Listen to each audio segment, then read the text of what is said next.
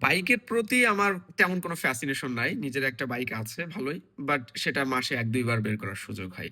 কিন্তু হঠাৎ করে ইয়ারিয়া GT60 এই ই-বাইকটা চালানোর পরে বাইকের প্রতি আমার ফ্যাসিনেশনটা জন্মাইছে। এখন কেন জানি মনে হচ্ছে ইয়াং বয়সে আরো একটা শখ চলে আসছে যে একটা বাইক প্রয়োজন।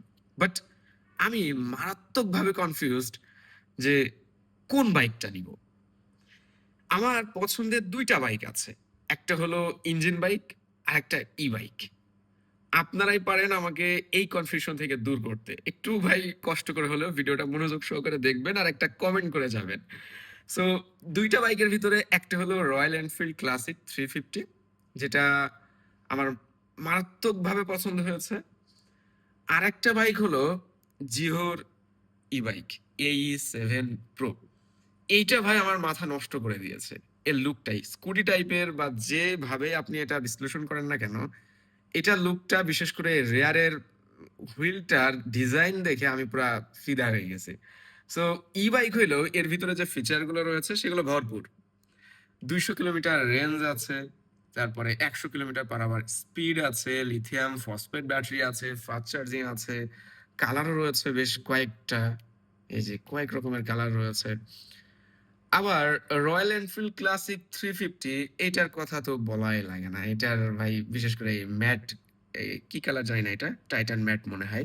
এটার কালারটা আমি দেখে পুরা ফিদা হয়ে গেছি। এখন ইয়াং বয়সের শখ ভাই। এই জায়গাটায় যেকোনো একটা তো পূরণ করতে হবে। আচ্ছা প্রাইস নিয়ে একটু জানাই আপনাদেরকে। রয়্যাল এনফিল্ড ক্লাসিক 350 এটার প্রাইস অনেকেই জানেন। ৳৪,৩২,০০০ আর জিওর AE7 Pro এটার প্রি-অর্ডার চলছে ৳৩,৬৮,৫০০। এটা কিন্তু একটা ই-বাইক। মানে ব্যাটারি চালিত।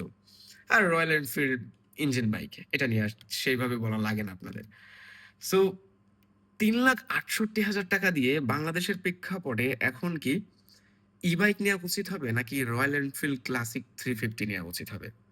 আপনাদের মতে ভাই কি বলে? আমি আবারও বলছি আমার ইয়াং বয়সের একটা শখ।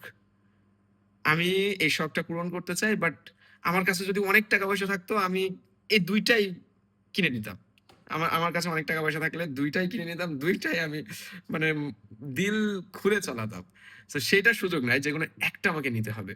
এখন বাংলাদেশের প্রেক্ষাপটে ই-বাইকের জায়গায় ঢোকাটা কি উচিত হবে? নাকি রয়্যাল এনফিল্ড ক্লাসিক বিশ্বস্তের একটা জায়গা, সেরকম একটা বাইক নেওয়া উচিত হবে? একটু দয়া করে আপনারা কমেন্ট করে আমার এই জায়গা থেকে রক্ষা করেন। আপনার মতে কি বলে? কোনটা নেওয়া উচিত হবে? কমেন্ট করে জানাবেন।